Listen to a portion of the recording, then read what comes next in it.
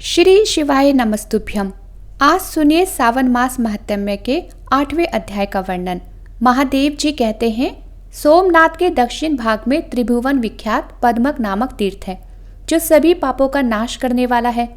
पहले सोमेश्वर के समीप छौर कराकर अर्थात शुद्धि कराकर मन ही मन मेरा ध्यान करते हुए उस तीर्थ में अपने केश डाल दें।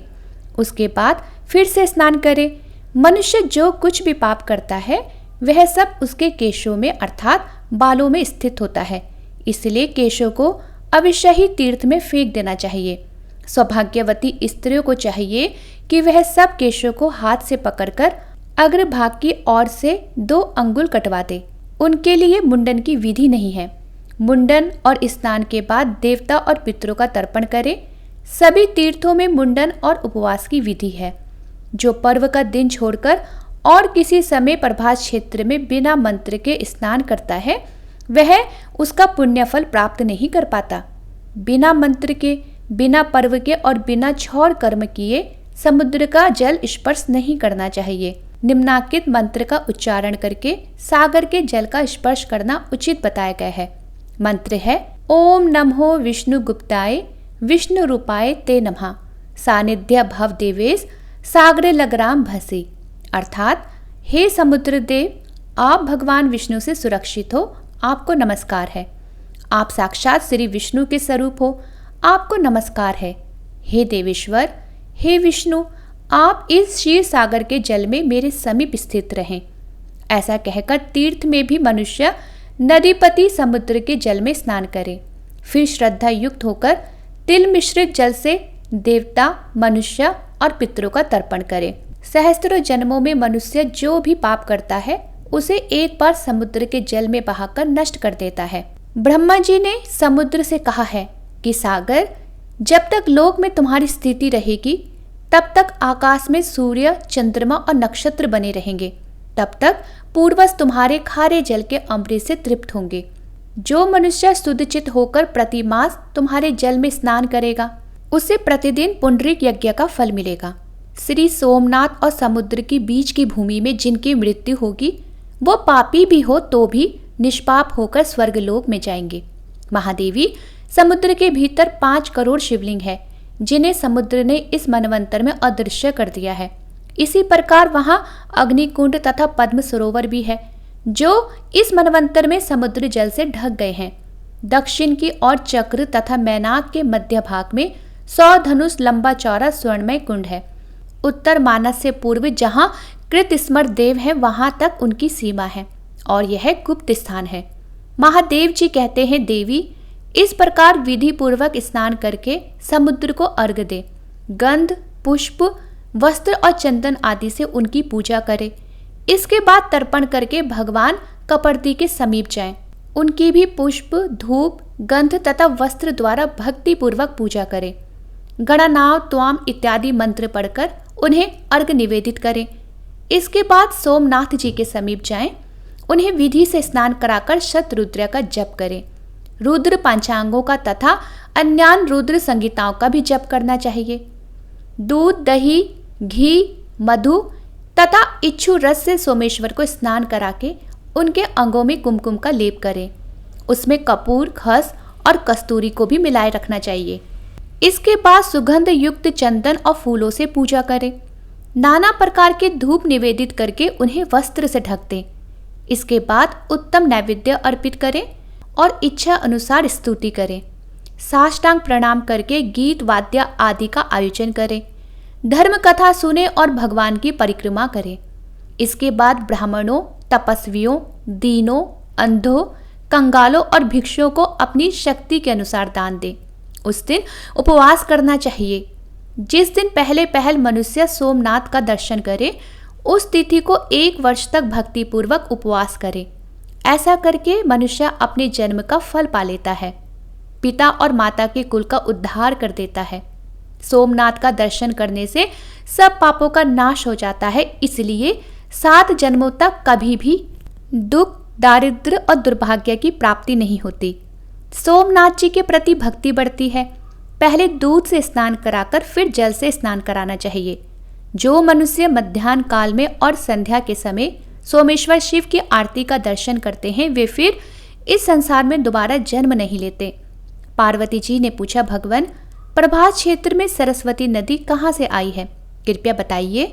महादेव जी कहने लगे, पार्वती सुनो, हरणी, वज्रणी, न्यंकु, कपिला और सरस्वती, इन 5 स्तोत्रों से युक्त सरस्वती नदी इस क्षेत्र में प्रवाहित होती है। एक समय देवादिदेव भगवान विष्णु ने सरस्वती जी से कहा, कल्याणी, तुम पश्चिम दिशा में शार समुद्र के समीप जाओ और बड़वानल को वहीं ले जाकर डाल दो, इससे सब देवता निर्भय हो जाएंगे। तब सरस्वती जी बोली, प्रभु, मैं स्वतंत्र नहीं हूँ, मेरे पिता विद्यमान है, मैं उनकी आज्ञाकारिणी पुत्री हूँ, ब्रह्मचर्य व्रत का पालन करने वाली कुमारी हूँ और पिता की आज्ञा के बिना मैं तो एक कदम भी कहीं नहीं जाऊंगी। तब भगवान विष्णु ने ब्रह्मा जी के समीप जाकर कहा, हे देवेश्वर, आप देवताओं का यह कार्य सिद्ध कर दीजिए। उनके ऐसा कहने पर ब्रह्मा जी अपनी कुमारी कन्या से बोले, देवी, तुम भय से व्याकुल हुए उन सब देवताओं की रक्षा अवश्य ही करो।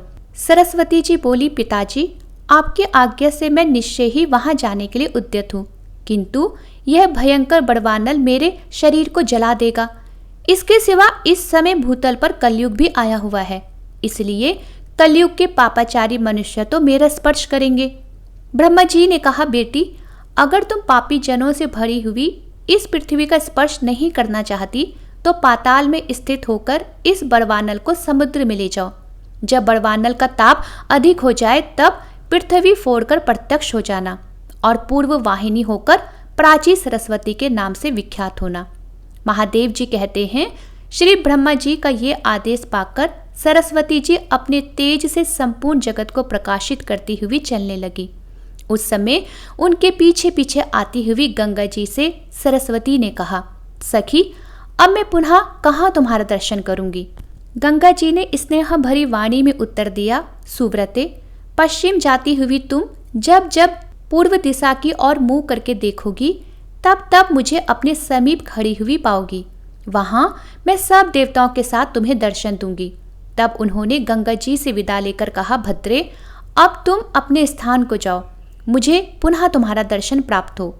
इसी प्रकार सरस्वती ने यमुना, गायत्री और सावित्री आदि सखियों को भी विदा कर दिया। फिर हिमालय पर्वत पर आकर ये पाकर के वृक्ष से नदी के रूप में प्रकट हो गई और पृथ्वी पर उतरी। उस समय पुण्य शलीला सरस्वती देवी की ब्रह्म ऋषिगण स्तुति कर रहे थे। बड़वानल को लेकर वह नदी बड़ी वेग से चली और पृथ्वी फोड़कर पाताल में प्रवेश कर गई। कहीं कहीं मर्त्य लोक में भी प्रत्यक्ष हो जाती थी। इस प्रकार पाताल मार्ग से समुद्र के निकट गई। खदीरा मौर नामक वन में पहुंचकर सरस्वती ने समुद्र को देखा और बड़वानल को लेकर उसके समीप जाने का विचार किया। जब वह दक्षिण की ओर मुख करके प्रस्थित हुई अर्थात चली, उसी समय वेदों के पारंगत विद्वान 4 महर्षि प्रभास क्षेत्र में आए। उनके नाम इस प्रकार है, हिरण्य, वज्र, न्यंकु और कपिल। वे चारों तपस्वी थे। उन्होंने अलग अलग स्नान करने के लिए सरस्वती देवी का आह्वान किया। इतने में ही समुद्र भी सहसा सरस्वती के सम्मुख ही उपस्थित हो गया। तब सरस्वती ने 5 धाराओं में बंटकर उन सब को संतुष्ट किया। इससे उस पृथ्वी पर उसके 5 नाम विख्यात हो गए, हरणी, वज्रणी, न्यंकु, कपिला और सरस्वती। ये 5 स्तोत्र सरस्वती अपने भीतर जलपान और स्नान करने से मनुष्य के 5 महापातकों का नाश करती है। 1 सप्ताह तक वहां उपवास, जप, होम, स्नान और जलपान करने से वह सब पापों का नाश कर देती है। सरस्वती अपने भीतर आचमन और स्नान करने पर मनुष्य के घोर ब्रह्म हत्या तक का और कपिला मदिरा पान रूपी महापाप का नाश करती है। न्यंकु नदी में स्नान करके मनुष्य चोरी के महापाप से मुक्त हो जाता है। वज्रणी नदी का जल पीने से गुरु पत्नी गमन रूप महापाप का नाश हो जाता है। हरणी नदी 7 दिनों तक स्नान करने से संसर्ग जनित महापाप का अपहरण करने वाली है। इस तरह 5 धाराओं में विभक्त सरस्वती नदी सभी पापों का निश्चय ही नाश कर देती है। इसके बाद पुनः बड़वानल को लेकर सरस्वती समुद्र के पास स्थित हुई। फिर बड़वानल ने उड़ती हुई तरंगों से युक्त समुद्र को देखकर सरस्वती से पूछा, भद्रे, ये क्या है? शार समुद्र मुझसे डरता क्यों है?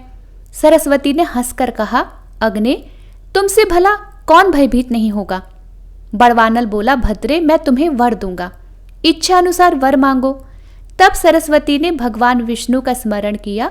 भगवान ने हृदय में प्रकट होकर उसे दर्शन दिया।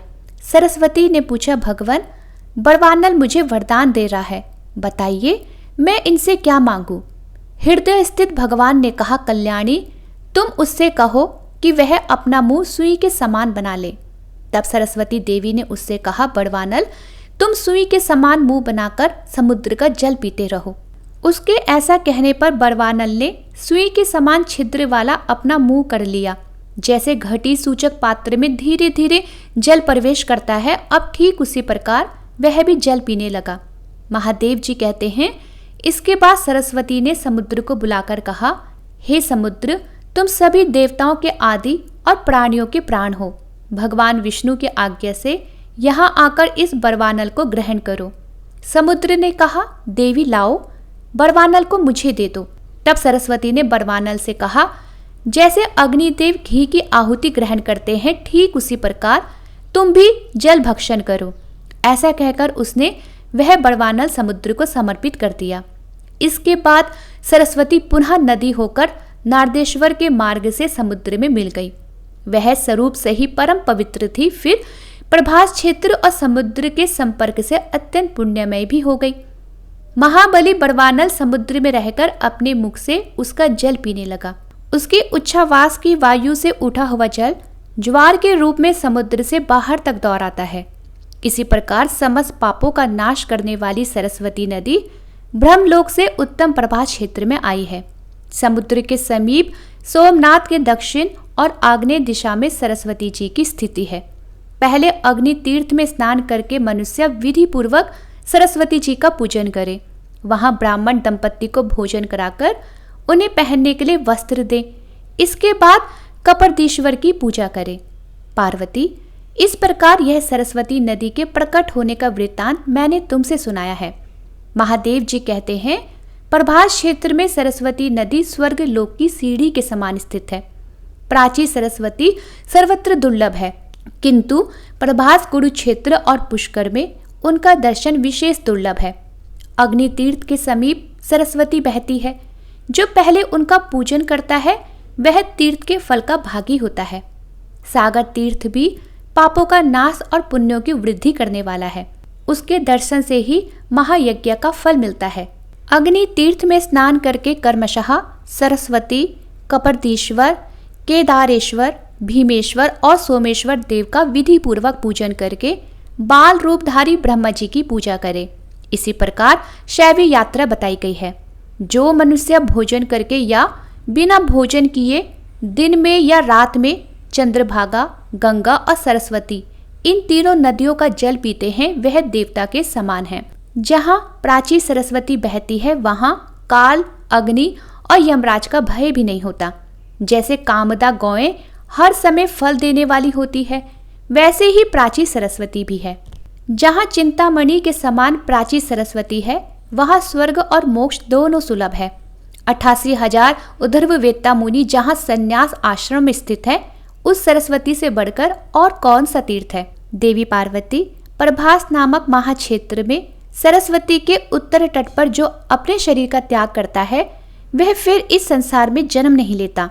जो मनुष्य इस तीर्थ में श्राद्ध करेंगे वह अपनी 21 पीढ़ियों के साथ स्वर्ग लोक में चले जाएंगे। यहाँ कृष्ण पक्ष के चतुर्दशी तिथि को सदा ही स्नान की विधि है।